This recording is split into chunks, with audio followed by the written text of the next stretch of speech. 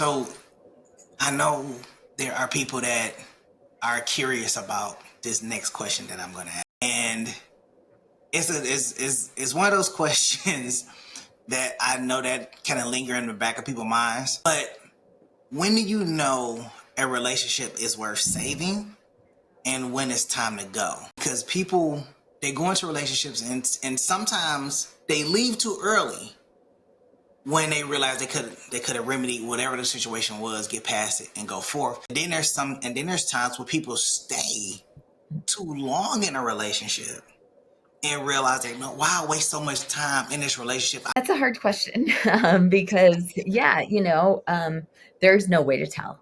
I've heard people lots of times tell me, um, wow, if we would have had this kind of couple, if I would have had this kind of therapy with my last partner, we would probably still be together. And so there is really no way to tell. And I think it's, of course, if it's become at all unsafe, physically unsafe, it's time to go. No matter what, that's when it's time to go for sure. But other than that, I mean, if you've gotten to a place where it is just all resentment all the time, Mhm. and I mean, I'm always an advocate, obviously, try therapy if you want to, but if you've tried therapy and both of you are just still unhappy and it's just not feeling better for either of you, um, that's a sign. But also, I ask people all the time, like, can you imagine a scenario where you would still want to be with your partner? Well, you would want to make it work. And sometimes they'll say no.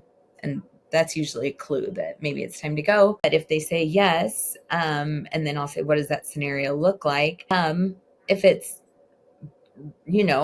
short of like magic or something, if it's something that is possibly achievable, then I think there is still a little bit of hope.